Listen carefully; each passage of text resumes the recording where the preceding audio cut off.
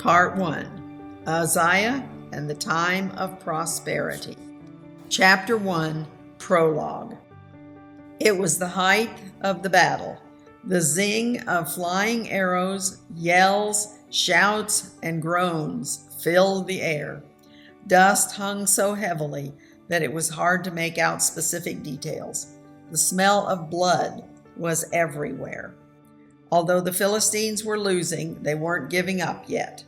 Suddenly, one of their fighters saw an opportunity to kill King Uzziah, who was co-regent with his father, King Amaziah of Judah. Raising his bow, he prepared to shoot an arrow. Amos, a sharp-eyed soldier of Judah, detected his intent and instantly rushed in to protect the king. He took the arrow in his leg. Other soldiers finished off the Philistine, then carried Amos off the field of battle. His femur was shattered. Never again would he be more than a cripple. That evening, in his headquarters tent, King Uzziah sat talking with his advisors. For the first time, he learned how close he had come to losing his life. He had seen nothing of the danger at the time. He asked who the man was who saved his life. It wasn't anyone important. Nobody knew his name until inquiries were sent throughout the camp. Even when the name Amos was discovered, the king and his advisors had never heard of him. Nevertheless, King Uzziah did not take that act of bravery lightly. Going to where the wounded lay, the king found someone to help him search for Amos. Seating himself on the wounded man's litter, Uzziah took Amos' hand and thanked him for his courage and bravery. Before going back to his tent, King Uzziah instructed those caring for the wounded to take particular care of Amos. As long as the army was in the field, King Uzziah went daily to check on Amos' condition. When the war was over and the army returned home, King Uzziah insisted on taking Amos to the palace to complete his healing. No longer able to fight or even to farm for the rest of his life, Amos would have to find some sedentary job. King Uzziah continued to visit Amos and talk to him about what he could possibly do. Their time together allowed them to become quite friendly.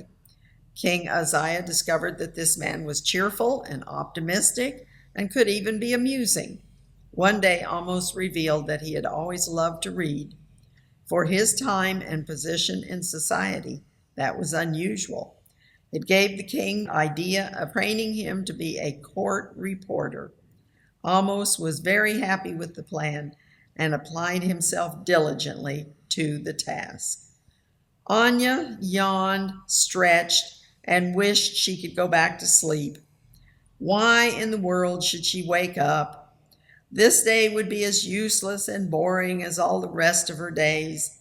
She, who was the youngest sister of King Amaziah, the youngest daughter of King Joash, and the pet and darling of the palace, now had to deal with boredom. How could this have happened? Life had been perfect until she was 13, when her brother decided she should get married. What a horrible thought! And what a horrible man he had chosen for her. Just somebody her brother wanted to honor for some inscrutable reason.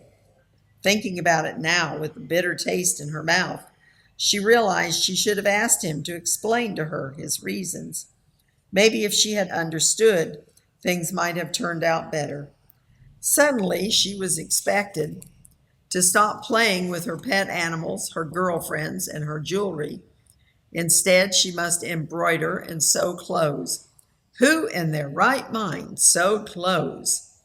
And the servants began to teach her all the duties she would be expected to perform for a husband. Yuck! She didn't want a husband, and she certainly wasn't interested in changing her privileged life. Her mother was sympathetic, but assured her that every girl, no matter who her family was, had to accept a marriage arranged by her father or brother. During that year, Anya wept and complained and struggled to avoid cooperating with any of the wedding plans. As soon as she had her 14th birthday, the wedding took place. It was all a nightmare. Fortunately, it didn't last long. The man sent her home, saying she was too spoiled to be his wife. All she ever did was throw temper tantrums. She was more than happy to be back in her own palace rooms. Again, she could do whatever she wanted and just enjoy life. King Uzziah had his days filled with matters of state. His father, King Amaziah, was ineffective. He had never gotten over his disastrous war with Israel, which resulted in the loss of the treasures from the kingdom, as well as the tearing down of 600 feet of Jerusalem's wall. The people of Judah never forgave him. To make matters worse, he continued to worship the gods of Edom that he had brought back with him after he defeated 10,000 Edomites and captured Selah by the Dead Sea. A prophet, we are not told which one, came and said to him, "Why would you expect them to help you when they couldn't even save their own people against you?" Somehow or other, Amaziah's mind was too dull to grasp the logic of that question, and he continued worshiping idols with dire results. Some years later, he was assassinated. Altogether, King Uzziah served 23 years as co-ruler with his father. It was during these years that he changed his name. Originally, he was King Azariah, but the high priest was also named Azariah. He thought it best to avoid confusion and take a different name.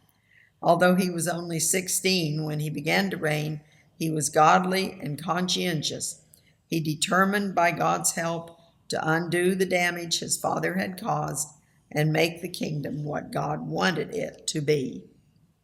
As the years went by, it was not just matters of state that concerned King Uzziah.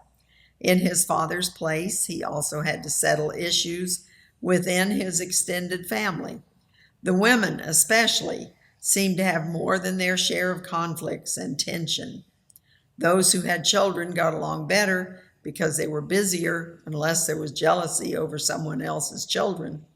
Those without children had too much time on their hands and too little responsibility in their lives.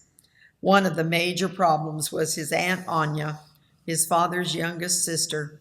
By now she was nearly 30 years old, far past marriageable age, and long since considered unsuitable for remarriage.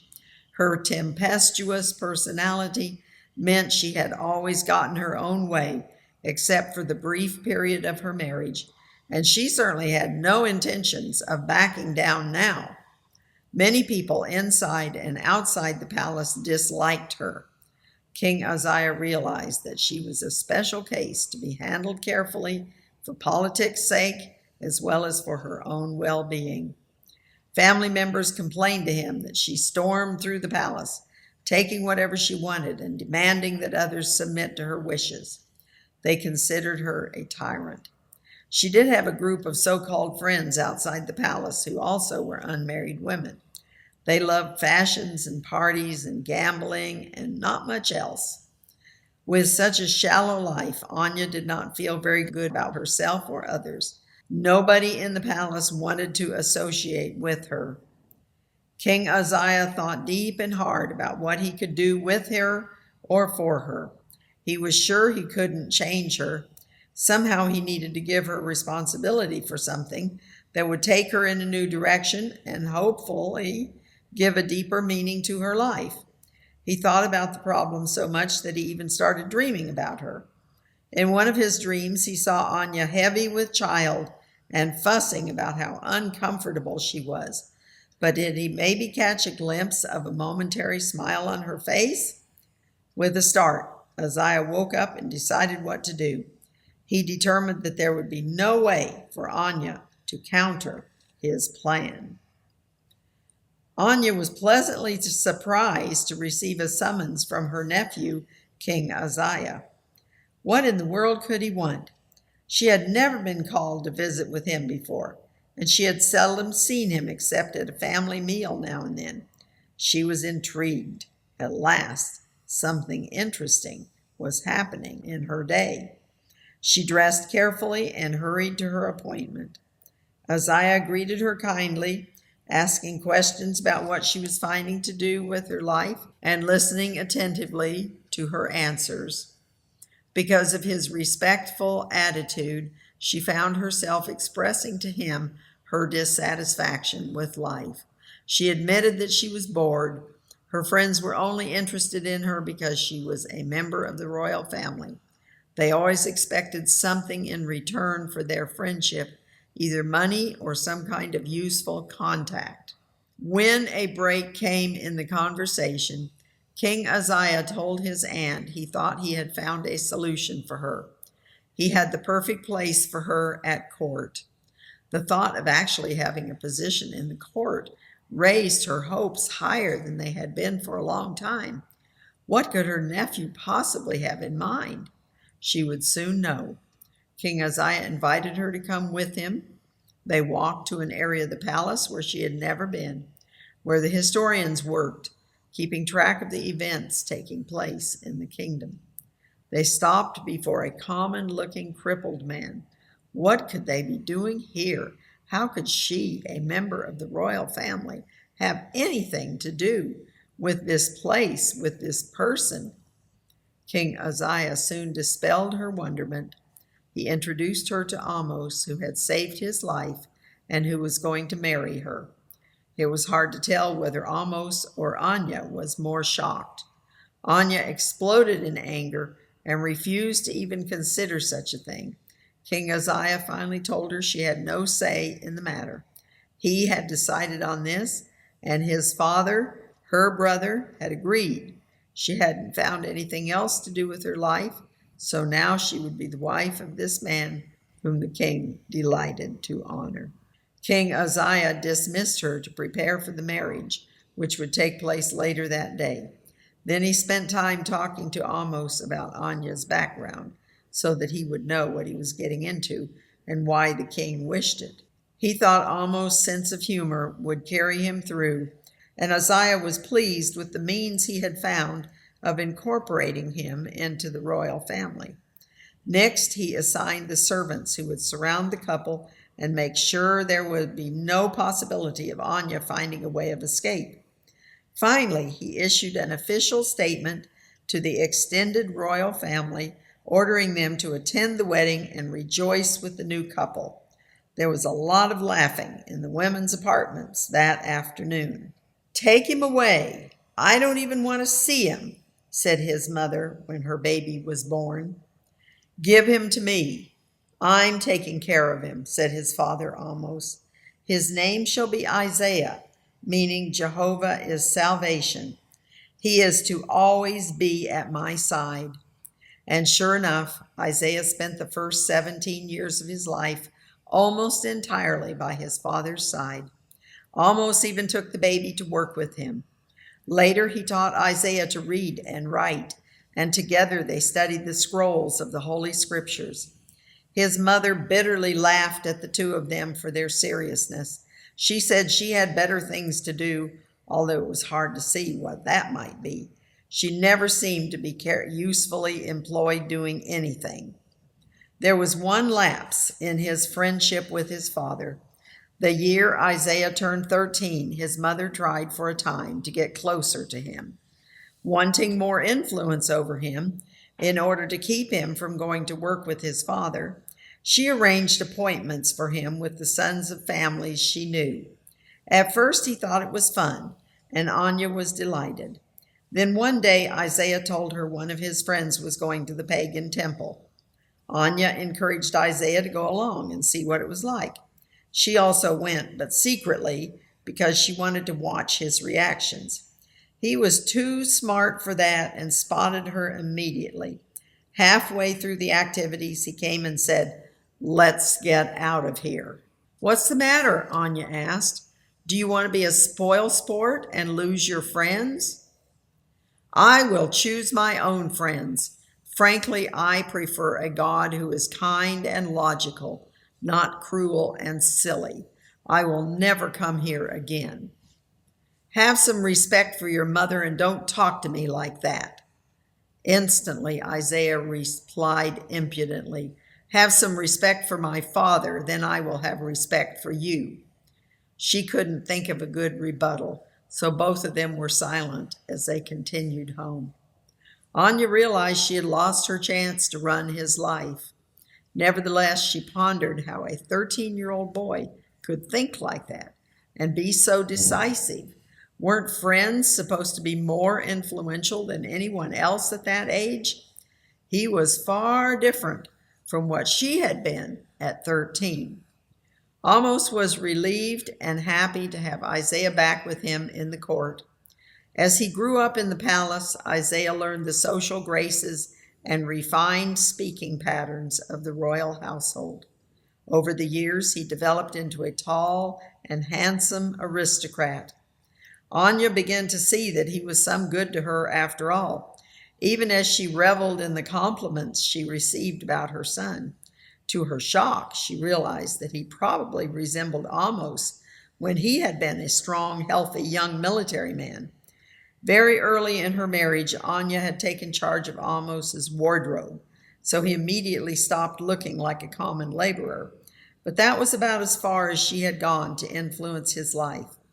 Now, new regard for this man she had lived with for years began to grow slowly in her mind.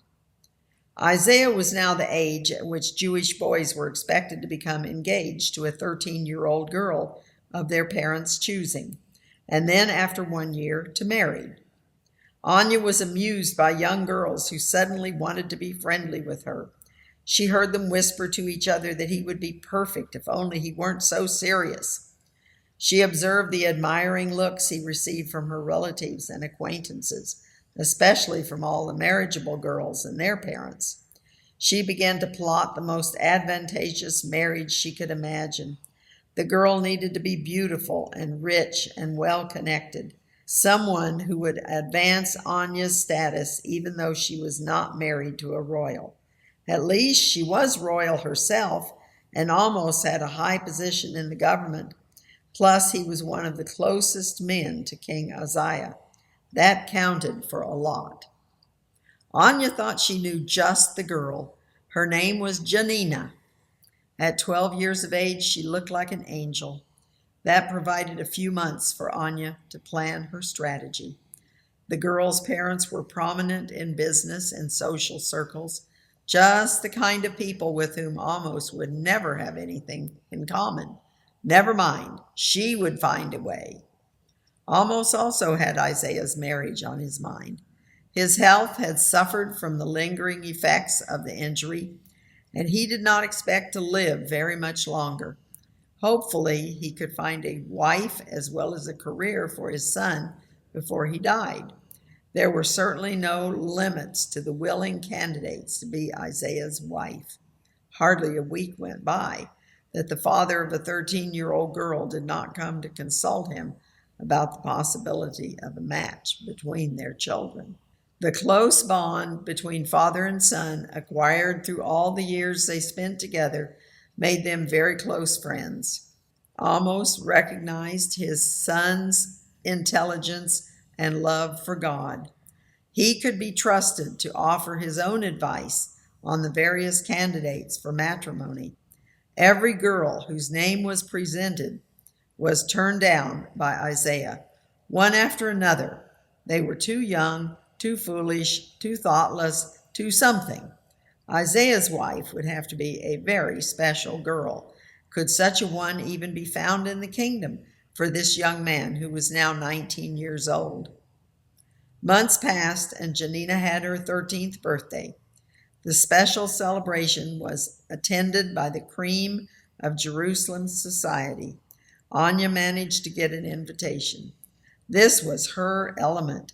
She loved being with all these successful people. No matter that a family idol stood in the corner of the room, she was more than familiar with such a thing. The birthday girl sat like a statue throughout the party. Anya remembered her feelings at 13 in just such a setting.